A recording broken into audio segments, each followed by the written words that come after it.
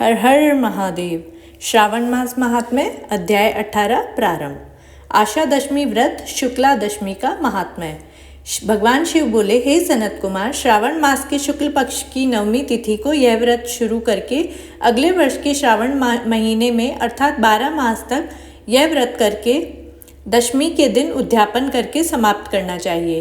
इस व्रत को नरेश तथा नरेश पुत्र राज्य प्राप्त करने की अभिलाषा से, वैश्य व्यापार हेतु, गर्भवती स्त्री पुत्र हेतु, अन्य जनवर्ग धर्म अर्थ काम और मोक्ष प्राप्ति हेतु, ब्राह्मण स्नान हेतु, रोगी रोग मुक्त होने हेतु, विरणी पति दर्शन हेतु इस व्रत का करती है। यह व्रत आशा दशमी व्रत कहलाता है। सब प्रकार के दुखों को दूर करने के लिए श्रावण मास में शुक्ल पक्ष की 10वीं को रात्रि को ही स्नान व वंदना कर व्रत शुरू कर दें। रात्रि को ही सब दिशाओं में फूल, पल्लव, चंदन या जौ के आटे द्वारा अपने घर के चौक में अंकन करवा दें। उसमें वाहन के साथ स्त्री चिन्ह द्वारा चिन्हित कर घी से बना हुआ नैवेद्य दें। दीपक भी अलग अलग दें। ऋतुकाल में होने वाले फल भेंट कर अपना उद्देश्य बोलें। मेरी उम्मीद शोभिनी हो एवं मनोच्छाएं हमेशा पूरी हो। इस प्रकार प्रत्येक मास लगातार व्रत करें।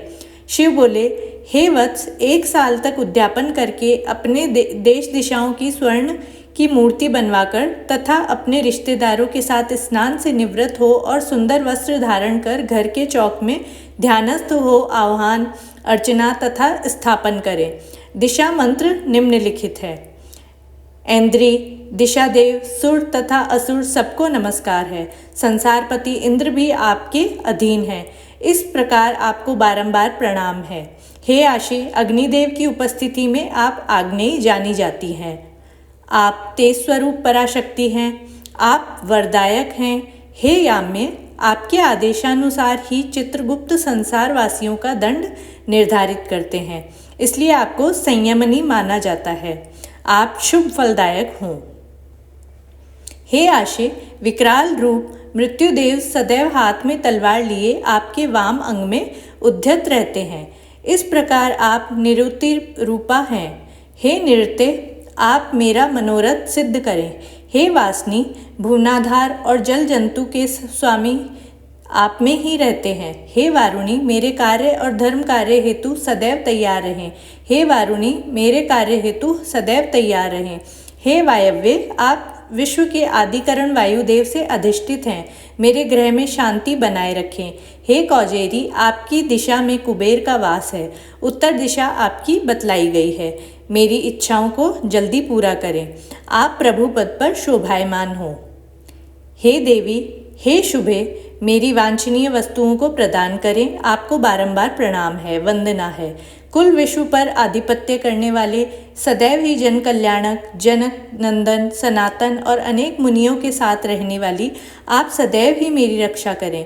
मैंने सब नक्षत्रों, तारागण, ग्रह, माता, विनायक, भूत प्रेत आदि की पूजा की है। श्रद्धा तथा भक्ति से मैंने दिव्य देवों की पूजा की है। सब देव मेरे अनुकूल हों। सांप और नेवले से नीचे के लोक में आप सेवित हैं। आप मुझ पर नागनाओं के साथ हर्षित हों।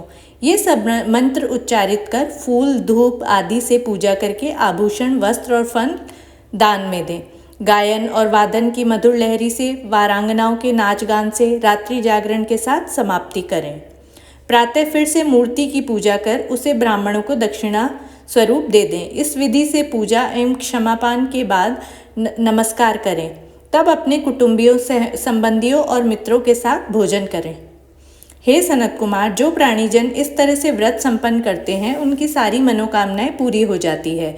यह व्रत विशेष तौर पर महिलाओं के लिए है, क्योंकि पुरुषों में नारियों के लिए विशेष श्रद्धा होती है। हे मुनिश्रेष्ठ, यह व्रत धन, यश, कीर्ति तथा आयु सबकी वृद्धि करता है। अतः हे पुत्र, मैंने तुम्हें इस व्रत के बारे में विस्तार से बतलाया है। त्रिलोक में इसके समान अन्य कोई उत्तम व्रत नहीं है।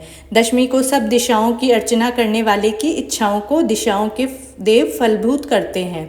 हे पुत्र सनत कुमार, यह व्रत मोक्ष का फलदायक है। इस अध्याय को सुनने से धन धान्य की वृद्धि और मोक्ष की प्राप्ति होती है। हर हर महादेव। ये कथा सुनने के लिए आपका बहुत बहुत धन्यवाद।